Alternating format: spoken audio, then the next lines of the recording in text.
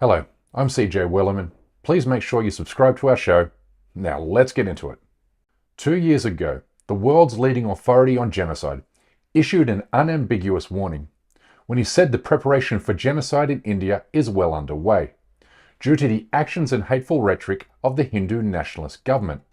Well, that warning has now expired, because the horrific events taking place all across India during the past 2 weeks makes it evidently clear that a genocide has now begun, one that threatens the lives of more than 200 million Muslims. Now I want you to get your head around this number, 200 million people, because no country anywhere, anytime has ever tried to systematically exterminate 200 million of its own citizens. We are talking about the equivalent of 25 Holocausts. Now I'm going to do my very best to control my anger here, because I feel nothing but disgust and contempt when I see these individuals here. The so-called leaders of the Muslim world, who are willfully and deliberately turning a blind eye to the annihilation of Muslims in India. These cowards and scoundrels have not uttered a single word about what constitutes the largest scale mass murder of a religious minority since the Holocaust. Mostly because this genocide enjoys the full backing of their dear friend, the Indian Prime Minister Narendra Modi, who has bought the love and affection of Arab Gulf regimes by handing out one sweetheart trade deal after another. I mean, let's not forget that the United Arab Emirates awarded this Hindutva thug its highest civilian award not long after Modi encouraged RSS and other Hindu nationalist goons to mass murder 2,000 Muslims in Gujarat, while he was Chief Minister of the Indian state. And in all this time, only 2 Muslim leaders have condemned Modi and his hateful ideology: Turkey's President Recep Erdogan and former Pakistani Prime Minister Imran Khan, who is now in jail on bogus charges because he dared to stand up to the United States military. The Minister gave a statement that in RSS camps, terrorists are being trained. And these terrorists butchered 2,000 Muslims and 150,000 Muslims were made homeless. Meanwhile, the current leaders of the Muslim world watch on in silence as Muslims in India are mass murdered and gang raped in broad daylight, while their mosque and holy books are destroyed and desecrated. Anti-Muslim pogroms are being carried out across the country and on a near weekly basis. This chart here shows only a single 7-day period of murder, rape and terror that occurred last week, while this chart here lists known attacks against Muslims that occurred during the Islamic holiday of Eid in June. How can any Muslim in India feel safe from harm today, particularly when many of these attacks take place either in the presence of police or with the participation from the police? But leaders of the Muslim world remain deaf, dumb and mute to this week-on-week violence which is escalating daily. I mean, did the governments of Saudi Arabia, UAE, Egypt or Iran say anything when this mosque was firebombed by Hindu extremists last week? Nope, not a word. Or what about when this Indian railway officer hunted Muslims aboard a train in Jaipur, shooting dead 3 innocent Muslim passengers while shouting, "Vote for Modi"? Nope, total silence from the Muslim world again. They should listen to the great Indian novelist Arundhati Roy, who said this about the killer. You have a situation where a railway protection force officer is walking down bogies, shooting Muslims and saying you must vote for Modi.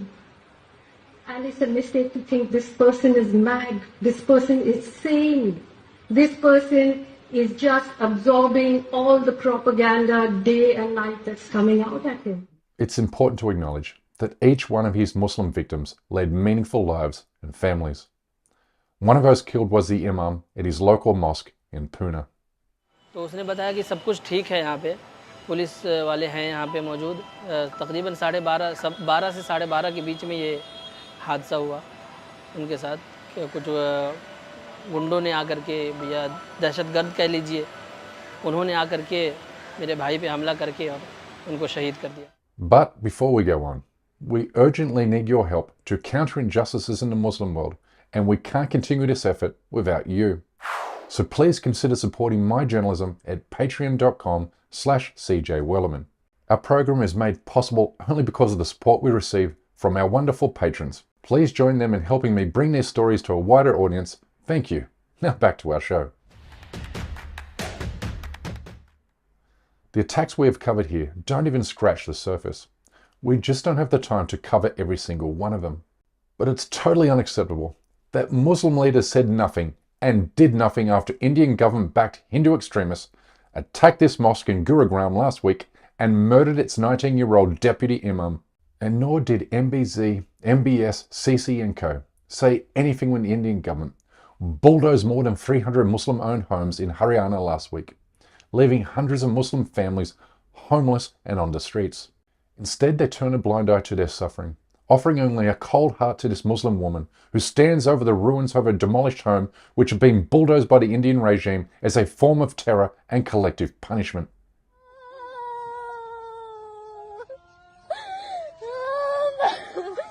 And while all of this is going on, Muslim-owned businesses are not only being boycotted by the Hindu majority, but also Hindu extremists are setting fire to Muslim-owned shops, hotels and restaurants right across the country. The goal being to starve Muslims to death. This is exactly what Nazis did to the Jews in the years leading up to the Holocaust. In the 1930s, German mobs walked around towns escorted by police, calling for a full economic boycott of Jewish citizens and action against foreigners who criticized the government, including US and British journalists. I mean, does this ring any alarm bells?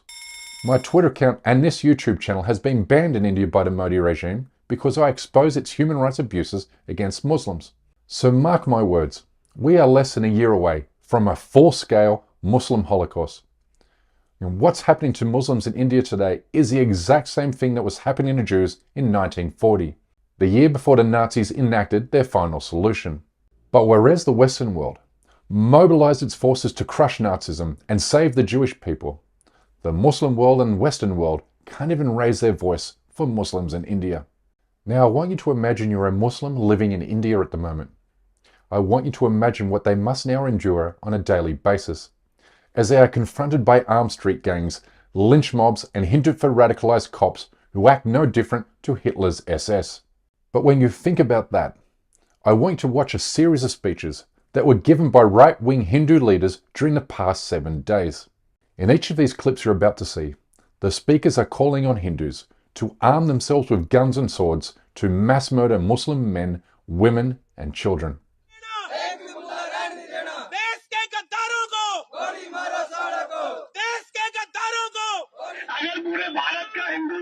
जो 80% है वो आप ही की मानसिकता की तरह अगर घर से निकले हिंदू समाज शांत है तब जाकर तुम सुरक्षित।